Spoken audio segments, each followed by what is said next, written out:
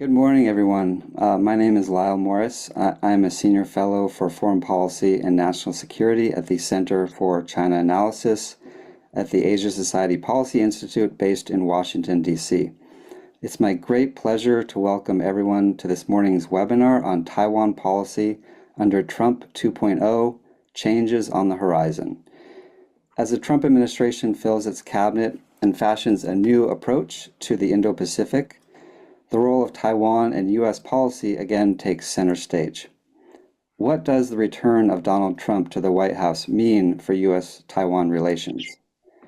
What changes, if any, can be discerned from his first 2 months in office regarding U.S. relations with Taiwan? And how might China and Taiwan react to changes in a U.S. approach to Taiwan? To help us break all this down, I'm very pleased to be joined by three distinguished experts on Taiwan policy.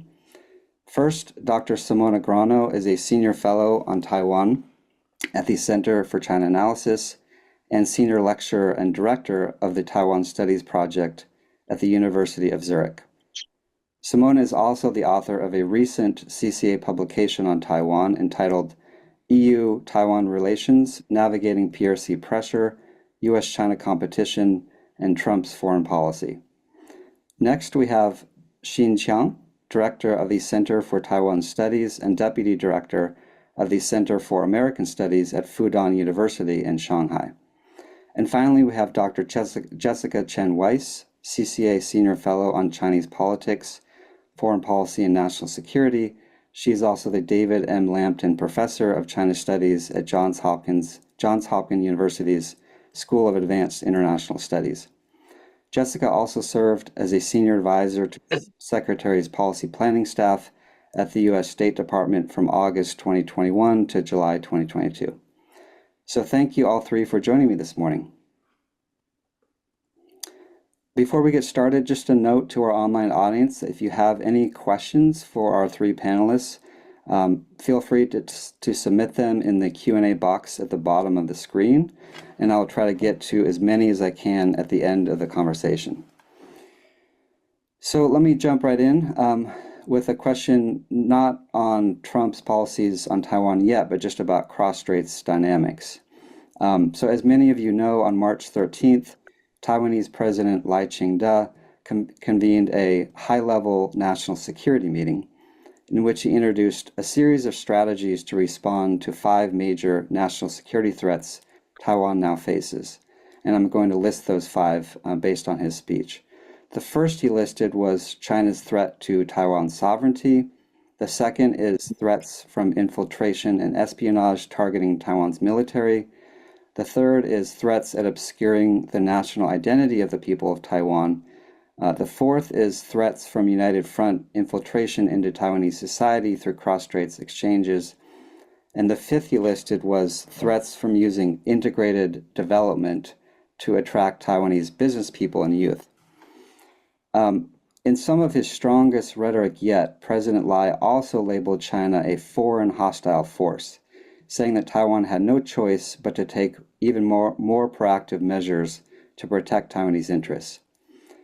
These include reinstating a Taiwanese military court system and tightening the residency criteria for those from China, Hong Kong, and Macau to address espionage threats. For example, Taiwanese authorities charged 64 people with spying for China last year, and this was a 3-fold increase from 2021. He added that the majority of them were current or former Taiwanese military officials. In response to Lai's remarks, Chinese officials called Lai a, quote, destroyer of cross-straits peace, end quote, and a, quote, creator of crisis, end quote. So Simona, let me start with you, given this context on this question. What do you make of Lai's comments, and how do you think they will affect cross-straits relations going forward? Well, I think more than the substance of what he said, I mean, you mentioned it, he talked about the fact that there is Chinese infiltration and that this could divide and destroy Taiwanese society further. I think what's interesting to me is the timing of his speech. And I think that, why he has decided now to implement harsher or take a harsher posture, let's put it this way, is, in my opinion, due to two things. One is connected to the geopolitical external issues, and the other one to domestic issues, so the internal situation. So the first point, I think, is really connected also to the trade war that we have ongoing between China and the US. And I think that Lai, in his mind, thinks that this could escalate. We don't know. It could also go better if Xi Jinping and Trump, of course, meet. But I think he may be thinking that Beijing will want to be careful about any kind of misstep at this point that could sort of escalate things further between the US and China or complicate unnecessarily any future discussions they could have. And so that this is the moment to do that. But I think far more important than this is really the domestic situation that I mentioned. And that is the fact that he's ruling over a divided parliament. And I think that this infiltration threat that he perceives coming from China could further polarize Taiwan's democratic society and even weaken it even more in a very delicate situation in which, of course, he does not control the parliament. He finds it very difficult to do anything, let alone pass a budget to increase, for example, military expenditure, which is something that the US is really pushing for. We heard it in the comments of many in the administration and, of course, Trump himself. And so I think that he wants at this moment to clearly signal also to the opposition that he wants to monitor more closely Taiwanese people's contacts with China to stop what he thinks could further weaken Taiwan's democratic system and also his grip on power. And finally, to your question of what that means for the future of cross-strait relations, I think that more than the content of what he said, I think we really need to wait and see how the US-China situation will evolve, because that, in my opinion, will have far more of an impact on cross-strait relations. Thanks. Jessica, same question to you. I think to what Simona said, I would just add that I think that Taiwan has been put in a bit awkward position by the events in the rapprochement between the United States and Russia, and a lot of pressure on Ukraine, and that the old slogan of today Ukraine, tomorrow Taiwan has become, more of a liability. They very much don't want to see the same thing happen. And so, interestingly, I think that the narrative that is, that the speech is laying out, in some ways, I think it's partly designed to appeal to those in the United States who are similarly concerned about China's sort of malign influence, espionage, that framing the threat in that way. That's not necessarily where the president in the United States is, but nonetheless, I think the tone on Capitol Hill is very much still in that mode. And so that, I think, is something to watch, is to see how well this plays also with U.S. audiences as a way of pushing back against China and spotlighting the challenges, the shared challenges that the United States and Taiwan face. Qiang, what's the view from your angle from Shanghai? Okay, I think Beijing think such a kind of speech is very, to be frank, very unhappy, and think is very provocative, and especially when lighting the level to the mainland China as you just now said, a foreign hostile force. I think it's kind of a reminder for Beijing, and also maybe for all the people across the Taiwan Strait, that the mainland China has been regarded as a kind of a hostile force, or in other words, enemy. And that means the relations between the two sides are between two adversaries, or even two enemies. And also it reminds Beijing that, okay, the state of the cross-strait relations is still in a state of a war. In other words, in a state of a civil war, which has not been finished since 1949. Even though Beijing has advocated for decades peaceful reunification through peaceful development or peaceful integration, something I think the narratives we have been very familiar with. But according to the new definition or the new level from Lai Ching-de's administration toward Beijing, I think, of course, Beijing will take it seriously and also take some corresponding measures. And also, concerning the 17 measures which will be advocated, and pushed forward by Lyle. And Beijing think is all those measures aims to decouple the two sides. And also it will impose very strict limitations upon any cross-strait exchanges and cooperations, especially between mainland China and the so-called blue camp, the white camp, and some of the pro one China forces on the island. And it means that in the future, we will see the tension will increase, and the two sides will, I'm sure, will take tit for tat actions and reactions. And it definitely will bring very negative impact on the development of the cross-strait relations, which unfortunately has already been very bad. Okay, let me jump into Trump and his cabinet and how this might affect U.S. Taiwan policy. So, I'm just going to list some of his, cabinet members, which we all know on this call, but also some of the people in the State Department who will have a Taiwan portfolio. And then I want to ask you three what you think these leaders and officials mean for U.S. policy towards Taiwan. So, starting from, we'll talk about Trump a little bit later, but starting from, the top, we have Secretary of State Marco Rubio, National Security Advisor Mike Waltz, Secretary of Defense Pete Hegseth. Those are the primary advisors for national security. Will have a very important role in Taiwan and a voice on Taiwan. For state, we have former U.S. Ambassador to Thailand, Michael George Desambre. He was recently appointed as the next Assistant Secretary of State for East Asian and Pacific Affairs. Desambre is a legal expert specializing in business law, particularly mergers and acquisitions. And then continuing with state, within the Bureau of East Asian and Pacific Affairs, we have officials like Sean O'Neill, Jonathan Fritz, Kevin Kim, who will have a voice presumably on Taiwan from the State Department. And then finally at DOD and NSC, so DOD we have Bridge Colby, assuming he gets confirmed by the Senate as the next Undersecretary of Defense for Policy at DOD. And then at NSC we have folks like Ivan Kanapathy, Allison Hooker, presumably will be in charge of some portions of the Taiwan portfolio. So given all these officials, we're only 2 months into the Trump administration, but Jessica, I want to start with you because as we all know, you served in the State Department policy planning staff. What is your early view of these officials and how they might approach Taiwan? I mean, there's a lot of different officials, obviously, but do you see any early indicators of continuity or change in Taiwan policy under these new officials?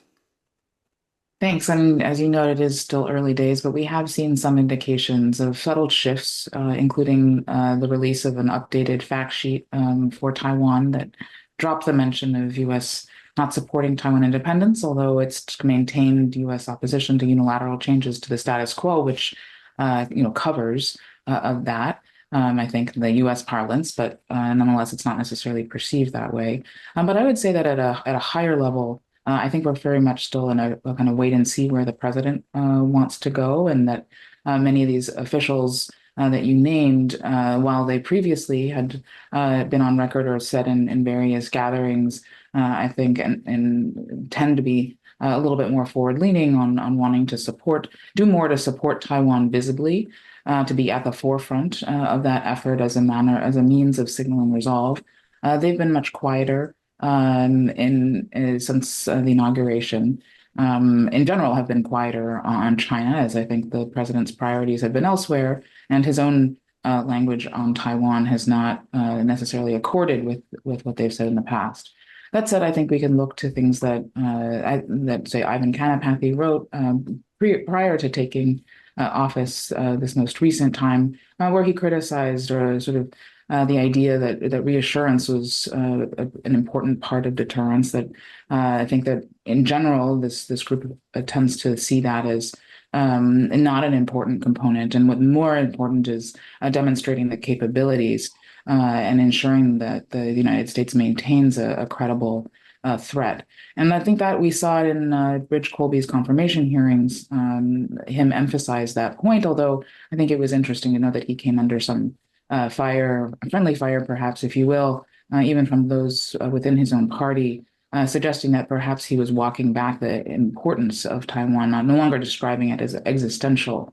And I think that from that, I think we might, reading the tea leaves, might be able to glean that the Trump administration may not change, I think, U.S. declaratory policy. I think given the distance between, I think, the president's own reluctance to potentially get involved in such a fight and the views of those within the administration who may want to do more to signal American readiness to fight and preparations to do so. And so that mix, I think, at least at a top level right now, hasn't led to changes in U.S. policy, which I think is frankly for the best. But there may still be, movements we've already seen with the fact sheet, and then we may see in days and weeks to come that suggest, of course, to those concerned in Beijing that there may be some continued what they would see as "quote unquote" salami slicing in ways that may lead to greater escalation, unfortunately. Thank you. Qiang, why don't we go to you and then Simona? I think I agree with what Jessica said. Yes, it may be too early to say, and because no one knows what President Trump and his cabinet members would do or will do in the near future, and because Taiwan seems not on the top priority, and it's not the top priority on the agenda, and yet. But I think my feeling is that we will see more strategic continuity, and in combination with more tactical changes concerning Taiwan issue in the near future from the new president, not the new president, but from his second term of President Trump, and because I think the strategies or some key and critical component of United States Taiwan policy cannot and will not be changed or overthrown overnight. And because it is in the interest of the United States, and those strategies and some policies have been tested for decades, and which can be seen as a success for the United States to maintain and or to defend its interests in Taiwan issue. And also, I think we will see more on policy level changes, and because we know that there are a lot of hawk in the new cabinet, and some of them had advocated some different ideas about, for example, to increase or strengthen U.S. Taiwan relations, and also how to fight against or prepare for a potential conflict and within the new geopolitical context, especially amid the intensifying U.S.-China strategic competition. And so I think maybe in the future, we will see more arms sales from the U.S. to Taiwan, and some new or more maneuvers to update or upgrade U.S. Taiwan military cooperations, and some more expensive and substantive political interactions and something like that. But I think that if I'm right, the framework decided by the strategy of the United States will limit or constrain any rush and irresponsible policy changes in the near future. Thank you. Simona? Well, I'm going to be brief because I mean my two panelists have said quite enough already. But I think observing this from a sort of European perspective, it seems to me that there are many people. Jessica also said it in the administration that our China hawks would like possibly, I think, to side with Taiwan more strongly, or maybe take a tougher stance, let's say, on China. But that I feel here, that's why I think the European perspective could be interesting, because we observe closely what's going on with Ukraine and Russia and the Trump administration. I think that many people in his administration are still being a little bit more cautious in regards to how to act towards China and Taiwan, despite their proclivities for being a bit more tougher on China, because they conform to Trump's vision, which is, in my opinion, so far less clear-cut and somewhat ambivalent so far. Jessica has mentioned already the update. There's been a few things that, in my opinion, have been done that could be interpreted as a sign of a more tougher posture on China, or a more friendly gesture towards Taiwan. Also changing, for example, the name, mentioning not the PRC, but China is one of those. But in general, I think I would summarize it by saying that I have no trouble in believing that there are many people in his administration that would like to take a much clearer stance on the side of Taiwan, even at the very clear cost of increasing tensions with China. But that it seems to me that there could be a discrepancy so far between them and the actual president, who still sees Taiwan in much more transactional terms and considers further what he could get out of Taiwan, and also what he could get out of China in a potential deal. Great segue into my next question about Trump, because you've all alluded to it, which is, what does Trump think about Taiwan? What are his views? How are they changing from his first administration? So that's what this next question is focusing on. So I thought it was interesting, during a recent cabinet meeting, Trump was asked by a reporter, would he, if he would allow China to take Taiwan by force. And he offered kind of a muted response. He's saying he didn't want to comment on it. The few comments he's made on Taiwan have been really about chips and trade. He made accusations that Taiwan is, quote, stealing from the U.S. Semiconductor industry. He also said that kind of offhandedly said that Taiwan should pay the United States for, quote, protection. So, I mean, this isn't necessarily a surprise, but I guess given the first few months in office, like what do you all think? How do you think Trump is approaching Taiwan, and how do you think it's purely through the prism of U.S. China relations, or do you think he's focusing on Taiwan kind of as a distinct entity with the U.S., and just kind of overall his approach, especially compared to his first administration? Compared to now, the first few months, what are some of the signs you've seen that lead you to believe that he might be changing or kind of maintaining U.S. policy towards Taiwan? Qiang, let me start with you on this one. I think it's a very interesting question, but very hard to answer. And because Trump's Taiwan policy has changed rapidly, and just even in his first term, as short as 4 years. For example, at the very beginning, and he had the call with Tsai Ing-wen, which is very upsetting for Beijing.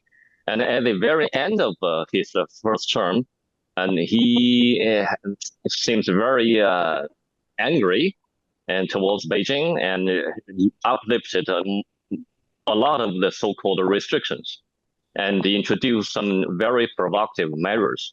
For example, Secretary Pompeo said there will be no more limitations about any high-level interactions between Washington and Taipei, and so on and so forth. But if we put aside these two very extreme periods, and in most of the time of Trump's first term, I think his Taiwan policy is fairly, I would not say good, but not so bad as we imagined, and it could be much worse, actually. I think, and he handled the Taiwan issue, I think, with some caution, and also he knows how important the Taiwan issue is for the China-U.S. relations. And I think, of course, in terms of his personality, I think maybe his second term will bring us some 3 bad points or disadvantages. The first is it seems I think Trump is more unpredictable than his predecessor, or maybe all his predecessors in American history. And you don't know what he will do tomorrow. And he might change his ideas overnight, dramatically and rapidly. And the second bad point is I doubt whether he have enough knowledge about some policy details. And the third bad point is I don't know whether he understands clearly the consequences of some of his rhetorics or policies. And there are a lot of such kind of examples. I will not elaborate on that. But I still think, fairly to say, his second term might bring us some good news. The first one is it seems he had a very clear-cut understanding of the importance of U.S.-China relations comparing with U.S.-Taiwan relations. As John Bolton has mentioned, that he compared Taiwan at the tip of a pen, but he understands China is the resolute task. I'm not a big fan of President Trump, but I still agree with his assessment concerning this issue. It's his fact, and actually it's a kind of common sense. And the second good point I think is he have much less interest in ideology issues, and he will just pay more attention to interest, and by making a deal, through some transactional maneuvers, and to get some payment from Taiwan, and then maybe at the same time from Beijing. And the third point, I think he maybe really don't want to have a war, and I think he will not come to defend Taiwan at the cost of American soldiers' blood and lives. And it can be the flaw of U.S.-China relations concerning Taiwan issue, and to some extent, it gives me some confidence in his management of the Taiwan issue in his second term. Thank you.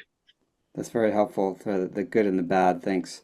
Simona, let me turn to you and then Jessica on the same question. Well, right. I mean, I think that a part of your question was, what are the similarities with the first administration? And for me, I think the continuation with the Trump 1.0 era is that Taiwan is still seen as a leverage or a card to be played against China. My personal take is that, as Qiang also said, Trump doesn't care very much about, Taiwan per se, or at least in comparison to the Biden administration, the sort of ideational support that was there for Taiwan is a shining example of a democratic system, the shared values with the West, all of that is completely gone now. And I think that in Trump's minds, US support for Taiwan is premised on the value that he can squeeze out of Taiwan, be it in the form of further Taiwanese investments in the US or in the form of technological know-how of a company like TSMC. And so I think to make it brief, that if he listens to his team of aides who are sympathetic to Taiwan, then Taiwan will continue to be protected.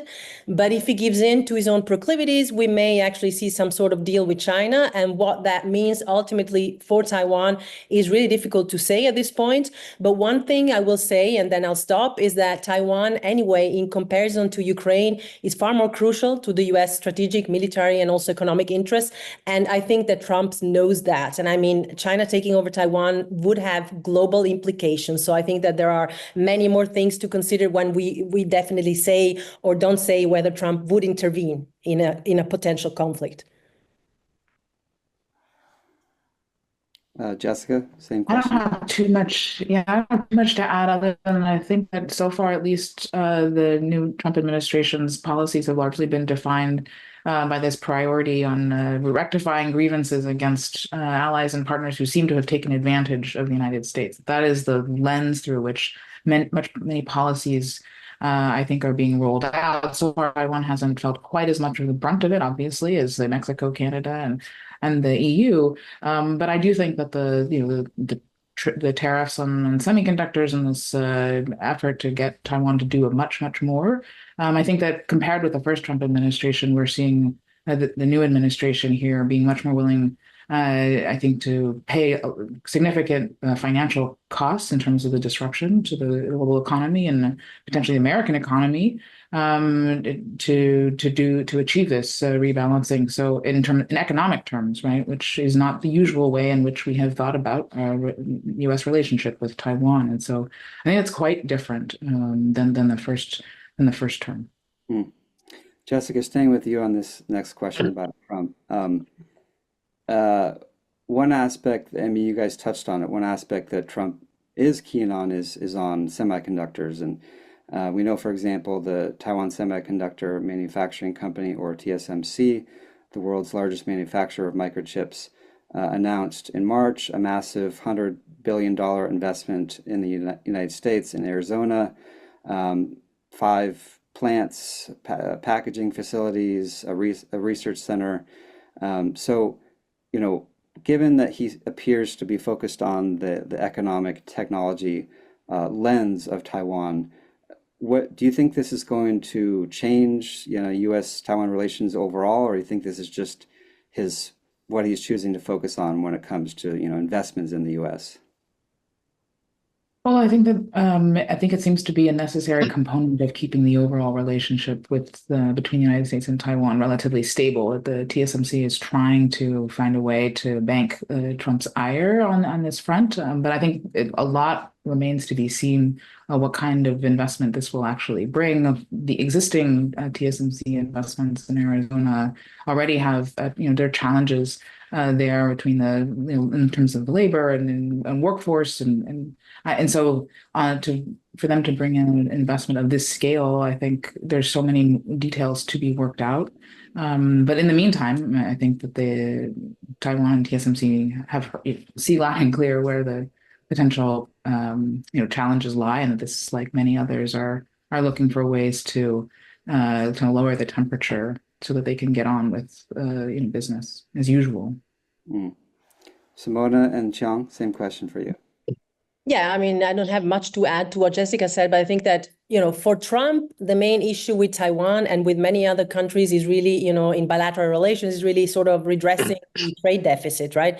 Or in the case of Taiwan, of course, reshoring the semiconductor manufacturing and, of course, defense burden sharing. And for Taiwan, as Jessica said, of course, the choice was dictated by the fact that they are trying to mollify the U.S. by showing that, they have a certain amount of commitment towards Trump's request of investing more in the U.S. by bringing, for example, state-of-the-art facilities, fabs, and R&D centers to produce the really small chips. But there's also, of course, commercial reasons on part of TSMC in the sense of trying to avoid the tariffs that Trump has, of course, threatened semiconductors with. And so to your final question, I think that it will have a somewhat stabilizing effect, the decision to invest $100 billion more on the bilateral relationship between the US and Taiwan. But there is no certainty that it will last. And especially in case of a deal with China, we'll have to reconsider what that will do.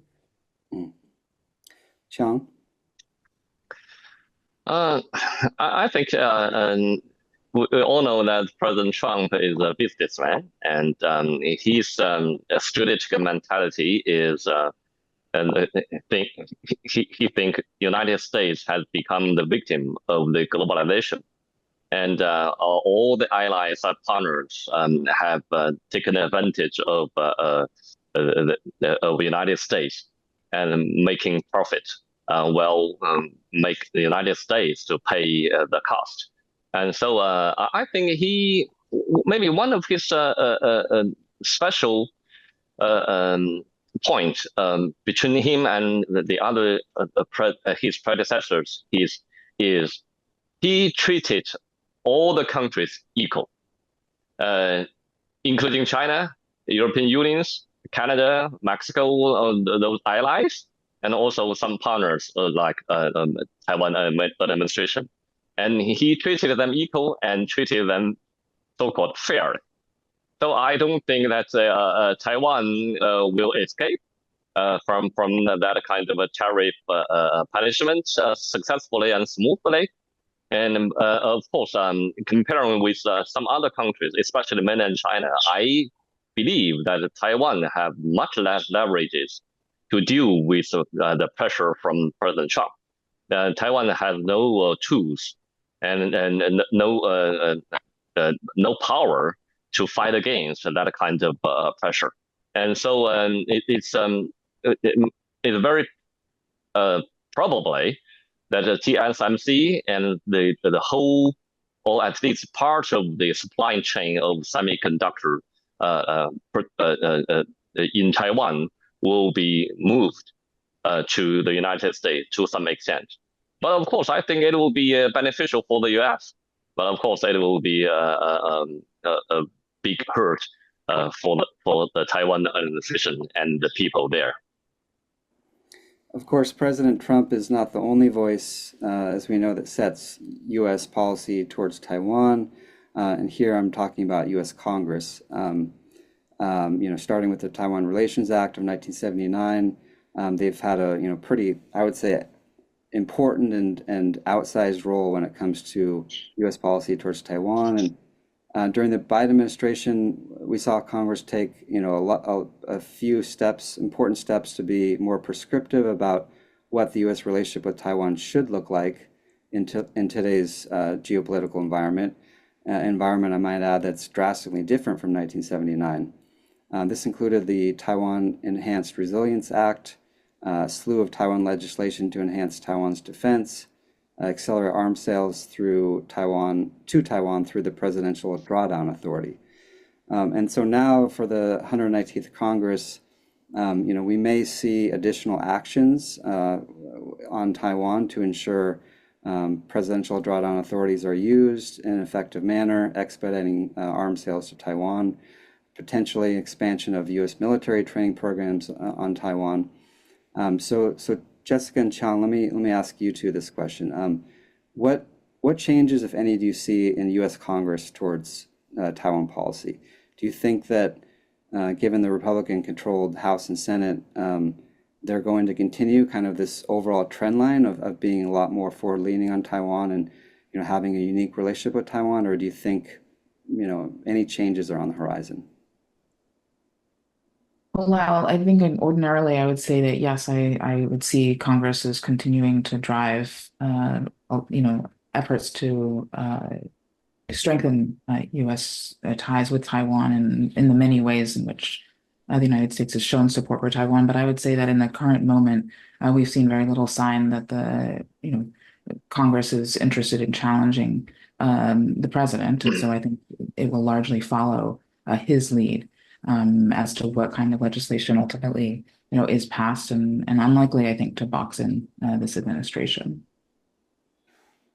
Qiang, same question to you.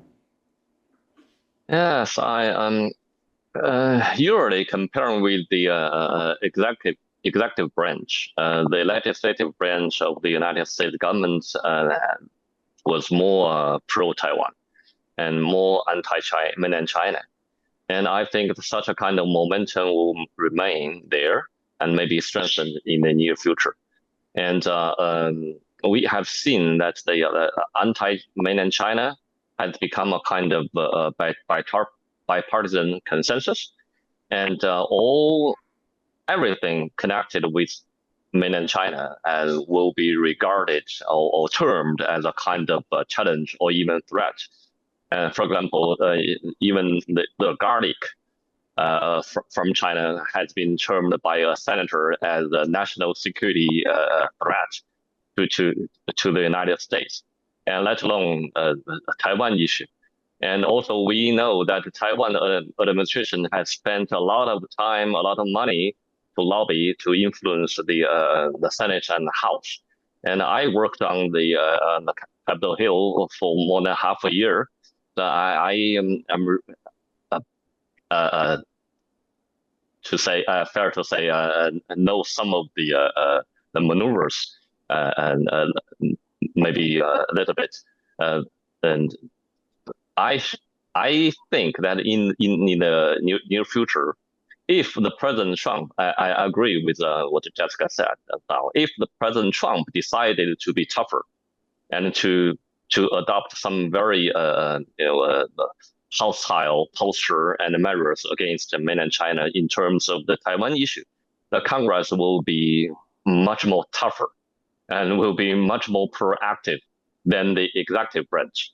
And what concerned me and relevant to that question is in the past, we know that usually the State Department, the White House, and even the Pentagon will tell or to persuade the Congress or something we cannot do.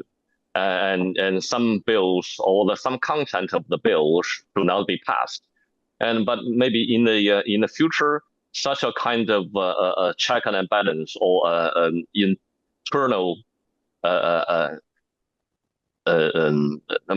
mechanism will not function well, and during the Trump's second term, and that will encourage the Congress to be more bold, to be more brave to do something concerning the Taiwan issue, driven by their pro-Taiwan sentiment. Thank you.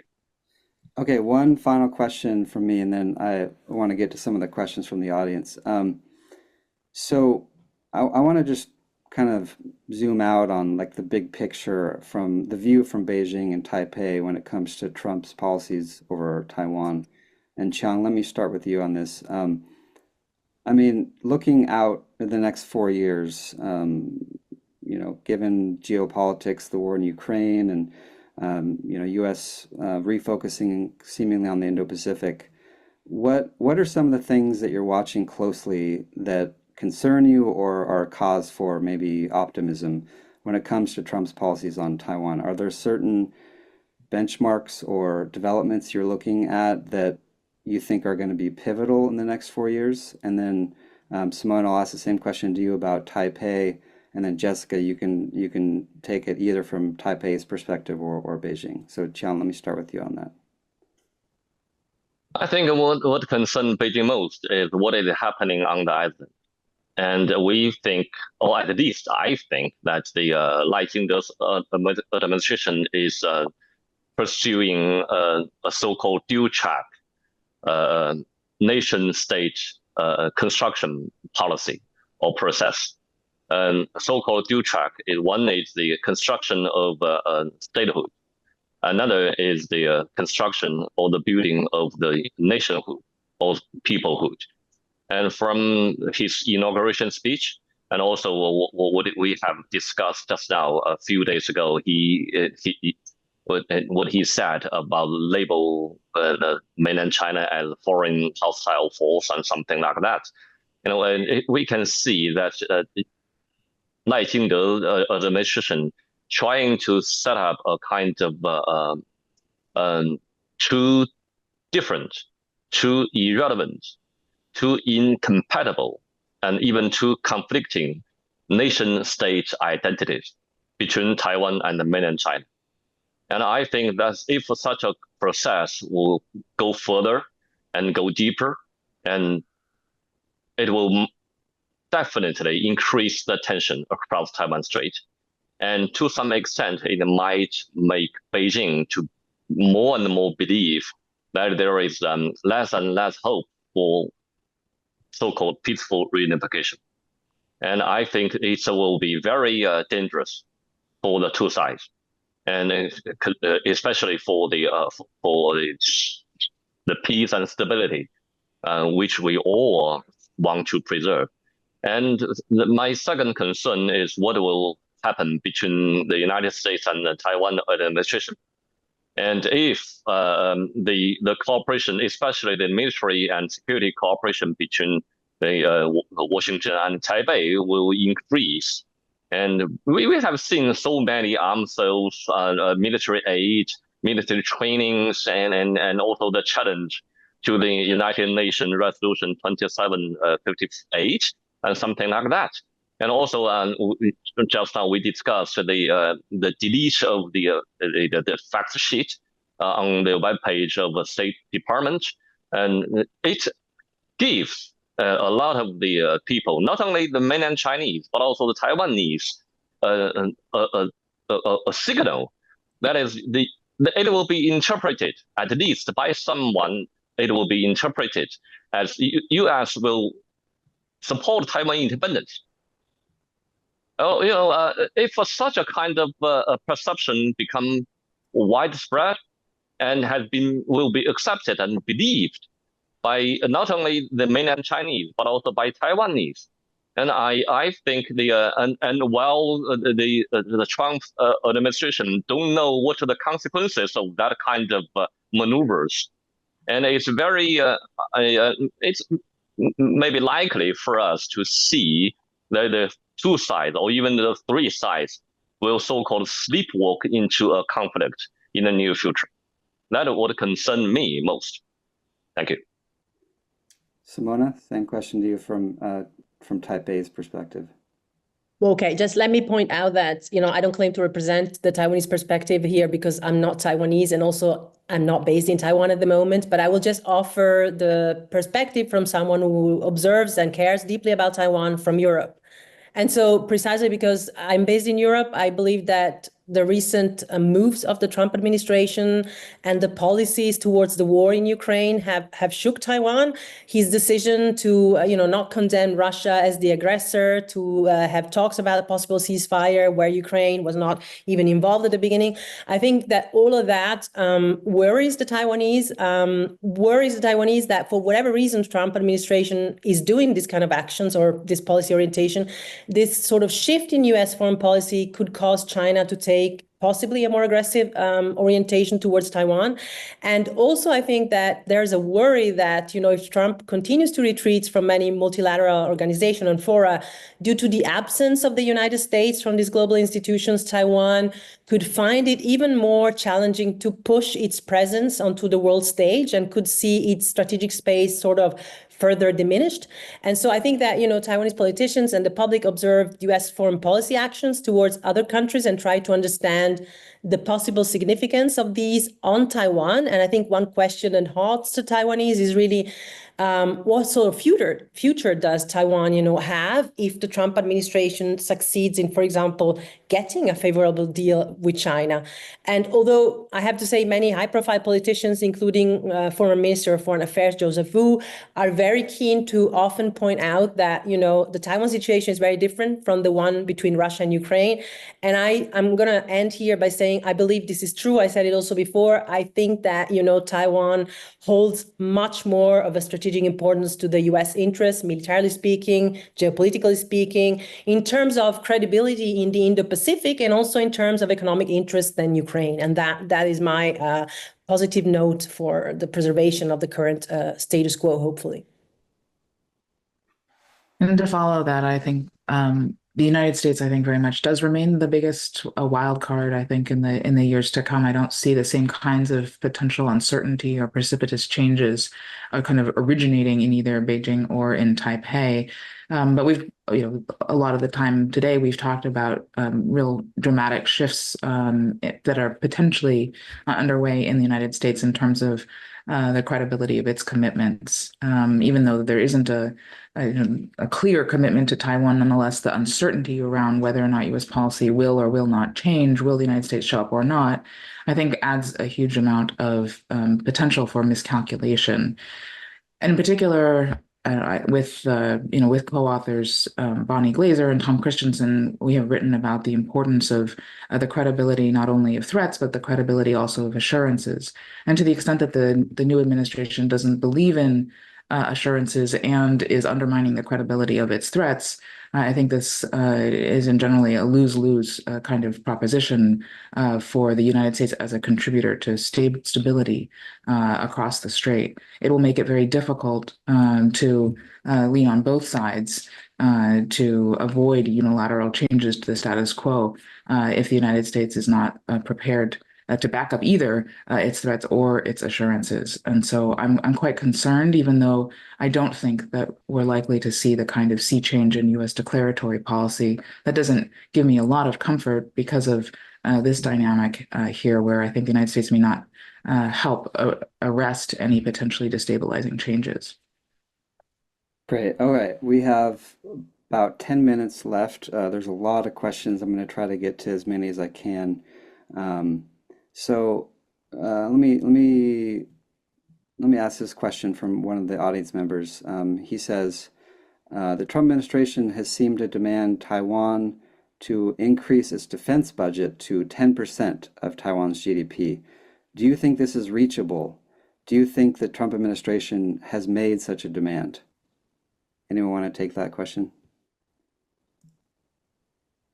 Well, if you want, I can give it a quick go, and then maybe the others can build on it. I mean, whether it is reachable, I don't think so at all. I think Elbridge Colby, I think also a couple of weeks ago said it again. They should increase the budget to 10%. I mean, they're momentarily very much far away from that. I think if they manage to get it to 3%, it would be already quite high, especially given the fact that they have, as I said before, a divided parliament, and that for the moment, even though I think the opposition, the Kuomintang especially, but possibly also in cooperation with the TPP, will eventually actually let him pass the military budget, because otherwise they would look like the bad guys in front of the Trump administration.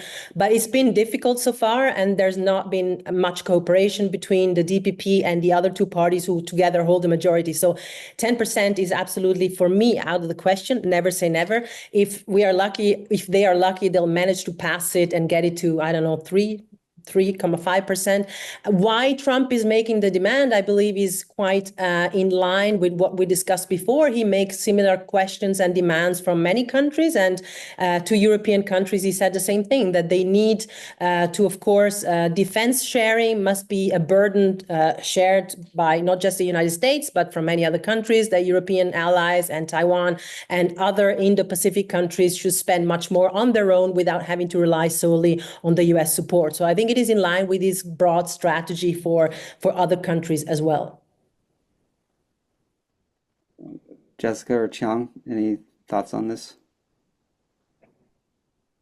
I'll just add that while I don't disagree at all with Simona, I think that there may be ways that Taiwan can present the increase in military expenditure as a share of overall government expenditure as a sign that they're doing a lot and they're trying hard, but ultimately reaching that target may be quite difficult. Sure. I think it's very hard. But if Taiwan administration they decided to do that, and nothing is impossible. But what could I think a more interesting question for me is, even though Taiwan will increase the budget to 10% of the GDP, will such an increase change the power asymmetry across Taiwan Strait? If it's not so useful, why Taiwan should waste the precious resources to do that kind of useless thing, only to make the lucky margin to make more money? Thank you.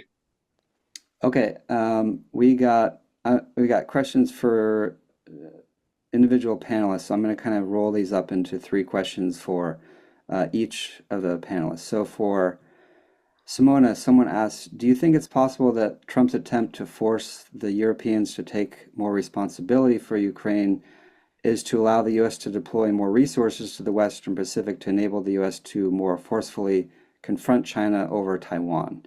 So kind of questions about the 2 theaters of Europe and Ukraine with China and Taiwan.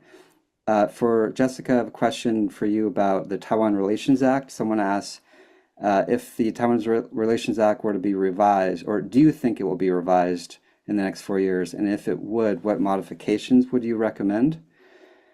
And then for Professor Qiang, 2 different questions. One question asks, it talks about your kind of, or Beijing's unhappiness and distrust with Lai Ching-te. So the question is, what measures do you think Beijing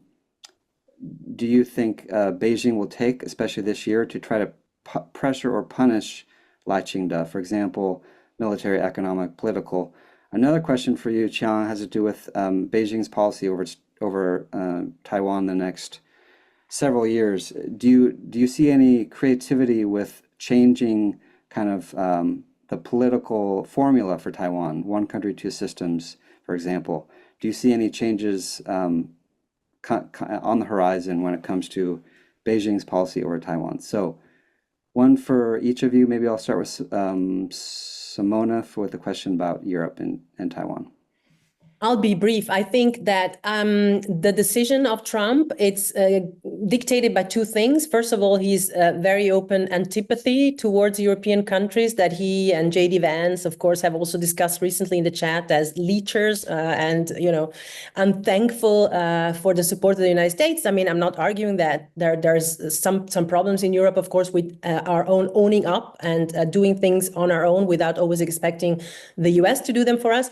But I think it is dictated partly by this sort of attitude that he has, and the predominant motivation, though, is what the person asked in the question. And I really think it is that they are quite aware of the fact that the main threat for the US hegemony is China, and they want to be able to focus on China much more. And so, of course, liberating money, liberating troops, liberating resources in order to allocate them somewhere else where the threat to the US interest is much bigger is absolutely a plausible scenario. And I think it is the main decision, coupled with the antipathy towards Europe.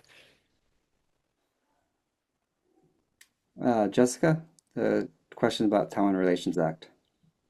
So I don't see a move to revise the Taiwan Relations Act as being particularly likely, although I think some have called for it to be supplemented with additional frameworks. I think particularly there have been calls for the United States to clearly articulate a commitment to fight for Taiwan rather than reserving the right to decide and determine what the appropriate U.S. response will be, depending on the nature of the crisis that unfolds, whether it was provoked by Taiwan or by Beijing.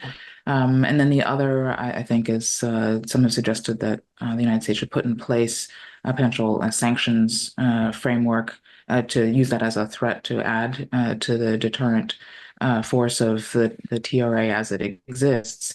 I honestly think that while there may be, we think we've already talked a little bit about why I don't think that a move towards strategic clarity is either wise or likely, given the president's own predilections here. And then on the sanctions front, that too, feels like something that some have been. There's been, I think, a discussion as to whether or not that's valuable to telegraph in any specificity in advance versus, frankly, the bulk of the deterrent effect, I think, has to do with the peacetime flow of trade through the strait and just how devastating a conflict would be, regardless of whether a sanctions package were enacted afterwards. And so while I think we may continue to see discussion of that, I think right now that's not taking, certainly the tariffs and the efforts to reshore all of that is taking a much higher priority. So I don't see this is something that's likely to come to pass, but I certainly think we may see continued calls for it by various folks looking for ways to strengthen deterrence. Qiang, over to you. Okay. Last Okay, thank you, Lyle. And I think that both are very difficult questions to answer. I'm not a policy maker in Zhongnanhai, and I'm just an ordinary a scholar. But I think that's Beijing is really very unhappy about Lai's behaviors, and also very concerned about what the Taiwan's mainland policy will go, and or how it will develop, which might push the two sides further and further, and which will make the final peaceful reunification become impossible. And so I think that in the near future, Beijing is very likely to take more measures, or from Beijing's perspective, countermeasures to check and contain those behaviors from Leisinger's administration, and including definitely military measures and also economic and trade and some other political diplomatic measures. And just we talk about the tariffs imposed by the United States upon the other countries, but we should keep in mind that the mainland China has been the biggest resource of the trade deficit of Taiwan for decades. And if mainland want to use the tariff as a stick, it will definitely bring destructive impact upon Taiwan's economy. But Beijing have not yet done that in that way. So I think there are so many tools in the toolbox of Beijing, but Beijing is not so willingly to use it, and to, because we want to. So it's kind of a dilemma. Beijing want to punish Leisinge and DPP, but Beijing don't want to punish and irritate the Taiwan ordinary people. So it's a kind of a dilemma. It has been there for many years. And concerning whether some new creative formula, I think so-called one China two system has been rejected by Taiwan. And but for Beijing now, it's a new formula is not so important. The most important is thing for Beijing is to let Taiwan to admit that there is only one China in the world. That is, two systems is or three systems or 4 or 5 systems is not so important. But one country, that's the crucial issue now, not only for Beijing but also for the two sides across Taiwan Strait. Thank you. Thank you so much to our 3 panelists, Simona, Jessica, Qiang. Really rich discussion. So yeah, and thank you for the audience for the questions. It's been a great discussion. So I think we're going to wrap there. Please join us again for the next event on Taiwan, which should be in the next few months. And until now, take care and thanks for joining. Thanks so much. Thank you very much. Thank you. Bye-bye.